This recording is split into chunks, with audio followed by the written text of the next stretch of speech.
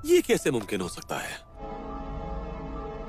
ये कहानी एक ऐसी फैमिली की है जो वीकेंड की छुट्टियां बिताने के लिए समुद्र में जाते हैं, मगर उसी रात वो पूरा समुद्र कहीं गायब हो जाता है। समुद्र एक ही रात में कहाँ गया ये जानकर आप भी हैरान हो जाओगे। आज हम इसी धमाकेदार सर्वाइवल मूवी को एक्सप्लेन करेंगे। तो मूवी की शुरुआत में हम टॉम और उसकी फैमिली को देखते हैं जो बीच समुद्र में एंजॉय कर रहे होते हैं। टॉम की पत्नी जूलिया स्विमिंग करने चली जाती है और तैरते तैरते अपनी बोट से काफी दूर आ जाती है। तभी अचानक जूलिया को पानी नीचे खींचने लगता है। जूलिया मदद के लिए अपनी फैमिली को पुकारती है, मगर उसकी बेटी म्यूजिक सुनने में मस्त होती है और उसका पति और बेटा मछली पकड़ने में। पर तभी जूलिया का पति टॉम देखता है कि जूलिया बोट पर नहीं है। वो बाहर आकर देखता है कि जूलिया मदद के लिए चिल्ला रही है। टॉम जल्दी से बोट लेकर जूलिया के पास आता है और उसे बचा लेता है। बाहर आने के बाद जूलिया उन्हें सारी बात बताती है, जिसे सुनकर टॉम अपनी फैमिली से कहता है कि तुम में से कोई भी स्विमिंग के लिए नहीं जाएगा। फिर टॉम बोट को वहां से आगे ले जाता है। आज टॉम के बेटे बेन का बर्थडे था, तो सभी उसे कुछ ना कुछ गिफ्ट देते हैं। पूरी फैमिली आज बहुत खुश होती है। तभी कैसी को उसके बॉयफ्रेंड एडम की वीडियो कॉल आती है और कैसी उससे बात करने के लिए बोट की छत पर आ जाती है। पर तभी अचानक कॉल रुक जाती है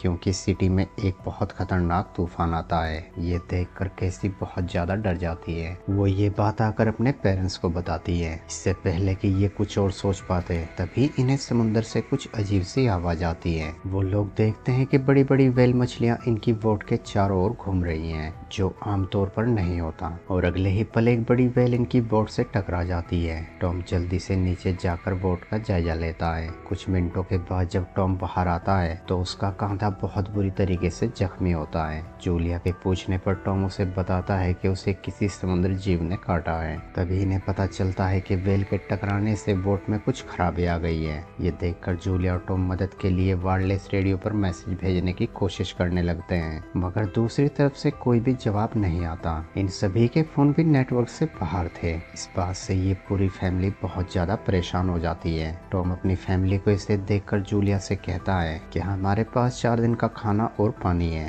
तब तक कोई ना कोई हमारी मदद के लिए जरूर आ जाएगा। ये सुनकर इन्हें थोड़ी हिम्मत मिलती है। पर तभी आसमान से ये लोग कुछ गिरते हुए देखते हैं, जैसे कोई उल्का पिंड हो। उनमें से एक उल्का पिंड इनकी बोट के काफी करीब आकर गिरता है, जिसे देखकर टॉम समझ जाता है कि जिसे वो उल्का पिंड समझ रहा था वो असल में सैटेलाइट थी।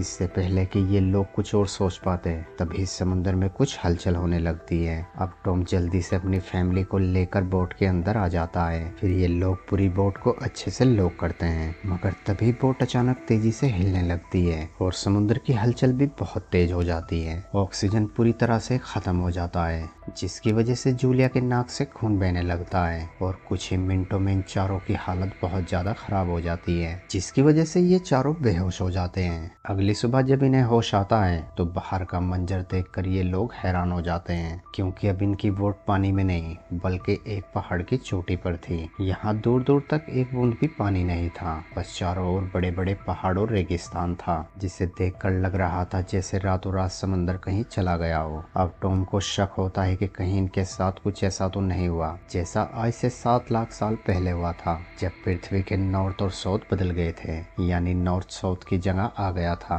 और साउथ नॉर्थ की जगह। अब टॉम जूलिया को बताता है कि अगर ऐसा हुआ है तो समुद्र में एक बड़ी लहर उठी होगी जिसमें करोड़ों लोगों की जान चली गई होगी। ये सुनकर कैसी बहुत ज्यादा उदास हो जाती है, क्योंकि वो समझ जाती है कि शायद उसका बॉयफ्रेंड एडम भी अब इस दुनिया में नहीं रहा। पर उसके पेरेंट्स इस बात को भूलकर खुद की और अपने बच्चों की जान बचाने की तैयारी में लग जाते हैं। जूलिया जल्दी से बिखरे हुए खाने को इकट्ठा करती है और टॉम एक बैटरी के जरिए वायरलेस रेडियो को चालू कर फिर से मदद के लिए कांटेक्ट करने की कोशिश करता है। वहीं बेन भी अपने जन्मदिन के बलून को धागे से बांधकर हवा में छोड़ता है, ताकि अगर कोई भी उनकी तरह जिंदा है तो वो उनके पास आ सके। तभी टॉम का संपर्क नाम के एक चाइनीज आदमी से होता है, जो टॉम को बताता है कि मैं एक पनडुब्बी का कैप्टन हूँ, मेरा काम समुद्र की गहराइयों में जाकर खोज करना है। लेकिन जब पृथ्वी के पोल बदल गए तो सब कुछ उल्टा हो गया। यानी जिस जगह पर इंसान बसते थे अब वहाँ पर समुद्र चला गया है और जहाँ पर समुंदर था वहाँ पर जमीन की तरह सूखा पड़ गया है। साथ ही नाव टॉम को ये भी बताता है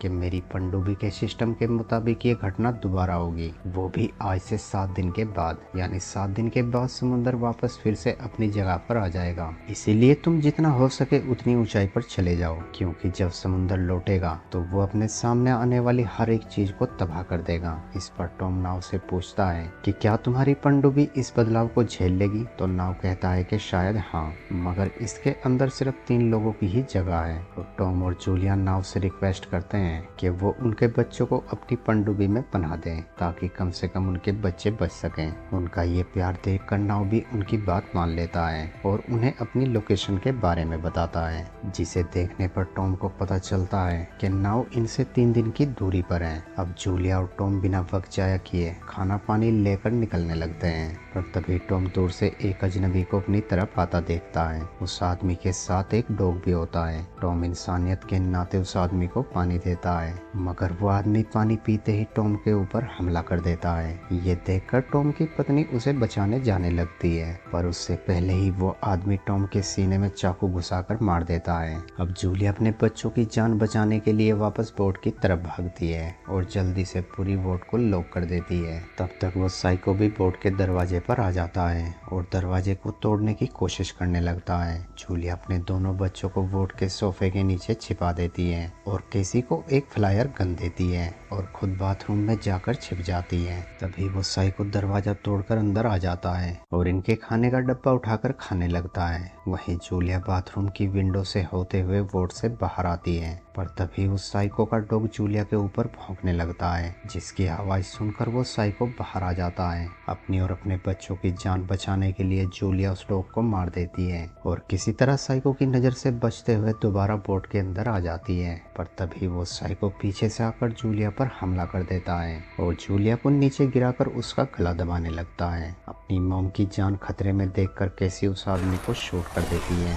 जिसकी वजह से बोट के किचन में आग लग जाती है। जूलिया जल्दी से बचा हुआ खाना और पानी लेकर अपने बच्चों के साथ वहां से बाहर आ जाती है। अब कैसी और बेन अपने पिता की डेड बॉडी को देखकर बहुत रोते हैं, पर तभी जूलिया देखती है कि वो साइको अभी भी जिंदा है। ये देखकर जूलिया अपने दोनों बच्चों को लेकर वहां से भागने लगती है। काफी दूर चलने के बाद ये तीनों एक पहाड़ी के बीच में आकर रुकते हैं ताकि ये थोड़ा सांस ले सकें। यहाँ बेन अपनी पिता की मौत का जिम्मेदार खुद को समझने लगता है, क्योंकि उसे लगता है कि उसके बलून को देखकर ही वो साइको उनके पास आया है। अब जूलिया अपने बेटे को बड़े प्यार से समझाती है। वो उसे कहती है कि इसमें तुम्हारी कोई गलती नहीं है और अपने दोनों बच्चों से कहती है कि मैं तुमसे वादा करती हूँ कि मैं तुम्हें कुछ नहीं होने दूंगी। ये कहकर वो अपने दोनों बच्चों को लेकर नाव की लोकेशन की तरफ दौड़ने लगती है। रास्ते में इन्हें बहुत से समुद्री जीव पड़े मिलते हैं जो कि पानी न होने के कारण मर चुके हैं। तभी जूलिया अपनी दूरबीन से देखती है कि वो साइको अब भी इनके पीछे है। उसे देखकर जूलिया तेजी से दौड़ती है।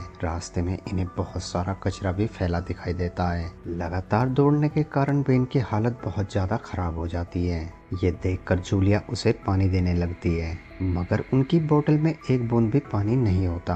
अब कैसी अपनी मॉम से कहती है कि मैं शायद बोतल का ढक्कन ठीक से बंद नहीं कर पाई। ये सुनकर जूलिया को कैसी पर बहुत गुस्सा आता है। वो कैसी से कहती है कि तुमने ये क्या किया? क्या तुम्हें नहीं पता कि पानी के बगैर हम जिंदा नहीं रह सकते? कैसी इस गलती की अपनी मॉम से माफी मांगती है। जूलिया भी परिस्थितियों को देखते हुए उसे माफ कर देती है और उन्हें लेकर आगे बढ़ती है। काफी दूर चलने के बाद इन्हें रास्ते में एक क्रैश प्लेन मिलता है। वहीं अब रात भी होने वाली थी, तो जूलिया रात बिताने के लिए अपने बच्चों को लेकर उसी प्लेन के अंदर आ जाती है। मगर ये लोग जानते थे कि खतरा अब भी इनका पीछा कर रहा है, इसीलिए ये लोग बारी बारी पहरा देने का फैसला करते हैं। कैसी अपनी मॉम और भाई से कहती है कि पहले आप लोग सो जाओ, मैं जागती हूँ। जूलिया और बेन सो जाते हैं। रात में कैसी टॉयलेट करने के लिए प्लेन से बाहर आती है। तभी वो साइको कैसी को पीछे से आकर पकड़ने वाला ही होता है, मगर जूलिया उस पर चाकू से हमला कर देती है। जूलिया उस पर इतना ज्यादा गुस्सा होती है कि वो साइको के मरने के बाद भी उस पर लगातार हमला करती रहती है। कैसी किसी तरह अपनी मॉम को रोकती है और उसे शांत करती है, जिसके बाद ये तीनों अपनी रात आराम से बिताते हैं। सुबह जब ये लोग अपने सफर पर निकलने लगते हैं तो ये लोग देखते हैं कि उस साइको के शरीर को किसी जानवर ने बुरी तरह से फाड़ दिया है। ये देखकर जूलिया और भी ज्यादा डर जाती जाती है क्योंकि वो समझ जाती है कि शायद इनके आसपास जरूर कोई खतरनाक समुद्री जीव है जो कभी भी इनके ऊपर हमला कर सकता है। इसीलिए जूलिया अपने दोनों बच्चों से कहती है कि हमें यहाँ से जल्दी से निकलना होगा। वो कड़ी धूप और गर्मी में आगे बढ़ते रहते हैं, मगर अब बेन अपना आपा खो देता है। उसे इतनी ज्यादा प्यास लगी होती है कि वो वहाँ पड़े गंदे पानी को पीने लगता है, मगर जूलिया और कैसी उसे रोक देती हैं ताकि वो बीमार ना पड़ जाए। कुछ आगे चलने पर ये एक जगह पर रुकते हैं। यहाँ पर बहुत सारी टूटी फूटी कुर्सियाँ होती हैं। जूलिया और कैसी जल्दी से धूप से बचने के लिए उन कुर्सियों से अपने चारों ओर दीवार बना देती हैं। थके और परेशान ये तीनों वहाँ पर पड़ते ही सो जाते हैं। पर तभी जूलिया को कुछ अजीब सी आवाज आती है। जूलिया देखती है कि वो आवाज बहुत तेजी से इनकी तरफ बढ़ रही है। जूलिया बिना वक्त जाया किए अपने दोनों बच्चों को उठाकर वहां से भागती है। कुछ आगे चलने पर इन्हें एक कार्गो शिप पलटा दिखाई देता है। यहाँ कंटेनर में कुछ बचे हुए लोग थे तो जूलिया उनसे मदद मांगती है, मगर वो लोग उन्हें देखकर कंटेनर के अंदर घुस जाते हैं। जूलिया जल्दी से अपने बच्चों को कंटेनर के ऊपर चढ़ाने लगती है। तभी हम देखते हैं कि जूलिया के पीछे समुद्री जीव लगे हैं। जूलिया जैसे ही ऊपर चढ़ने लगती है, उनमें से एक जीव जूलिया के पैर को बहुत बुरी तरीके से घायल कर देता है। अब ऊपर होने के कारण जूलिया और उसके बच्चे तो बच जाते हैं, मगर कंटेनर के अंदर मौजूद सभी लोगों को वो जीव मार देते हैं। जूलिया के पैर से बहुत ज्यादा खून निकलने के कारण जूलिया बेहोश हो जाती है। अगली सुबह जब जूलिया को होश आता है तो वो देखती है कि उसके बच्चे वहाँ पर नहीं है। ये देखकर जूलिया अपने दर्द को भूलकर अपने बच्चों को पागलों की तरह ढूंढने लगती है। तभी कैसी और बेन उसके पास आते हैं। वो अपनी मॉम को बताते हैं कि हम आपके लिए मदद लेने गए थे, मगर हमें दूर दूर कोई भी जिंदा इंसान नजर नहीं आया। इसके बाद ये तीनों कंटेनर के अंदर आते हैं और उन मरे हुए लोगों की गन और खाना ले लेते हैं। जिसके बाद जूलिया यहाँ अपने जख्म पर गन पाउडर डालकर उसे जला देती है ताकि उसके पैर में जहर ना फैल सके। फिर जूलिया बाहर आकर वायरलेस से नाव से बात करती है। वो नाव को उन समुद्री जीव के बारे में बताती है तो नाव ने कहता है कि इन जीव का नाम आर्थर पोड है, जो समुद्र की गहराइयों में रहते हैं। पर अब पानी न होने के कारण ये जीव बहुत ज्यादा अग्रेसिव हो गए हैं। साथ ही नाव इन्हें कहता है कि तुम्हें और जल्दी करनी होगी क्योंकि अब पनडुब्बी का सिस्टम बता रहा है कि समुद्र अपने समय से पहले यहाँ आ जाएगा और कुछ ही मिनटों में ये पूरा इलाका डूब जाएगा। नाव इनकी मदद करने के लिए एक फ्लेयर फायर करता है ताकि जूलिया अपने बच्चों को लेकर उस तक जल्दी पहुंच सके। सिग्नल मिलते ही जूलिया अपने बच्चों के साथ उस दिशा में चल पड़ती है। तभी इनके रास्ते में एक पथरीली खाई आ जाती है। ये लोग उस खाई के उबड़ खाबड़ रास्ते से होते हुए आगे बढ़ते रहते हैं, मगर तभी एक चट्टान टूटकर नीचे गिर जाती है और जूलिया अपने बच्चों से अलग हो जाती है। अब क्योंकि जूलिया जानती है कि उस पनडुब्बी में सिर्फ 3 लोगों की ही जगह है तो जूलिया अपनी परवाह न करते हुए अपने बच्चों को आगे बढ़ने को कहती है। हालांकि वो दोनों अपनी मॉम को छोड़कर जाने से मना कर देते हैं, मगर जूलिया उन्हें समझाकर वहां से भेज देती है। कैसी अपने भाई को लेकर भागते हुए पनडुब्बी के पास आती है, पर वो देखती है कि नाव भी बहुत बुरी तरीके से घायल है, जिसे देखकर लगता है जैसे उन समुद्री जीव ने उस पर भी हमला किया है। नाव कैसी से कहता है कि मेरा खून बहुत ज्यादा बह गया है और मैं नहीं बचूंगा। ये सुनकर कैसी जल्दी से अपनी मॉम के पास जाने लगती है क्योंकि वो नाव की जगह अपनी मॉम को देना चाहती थी।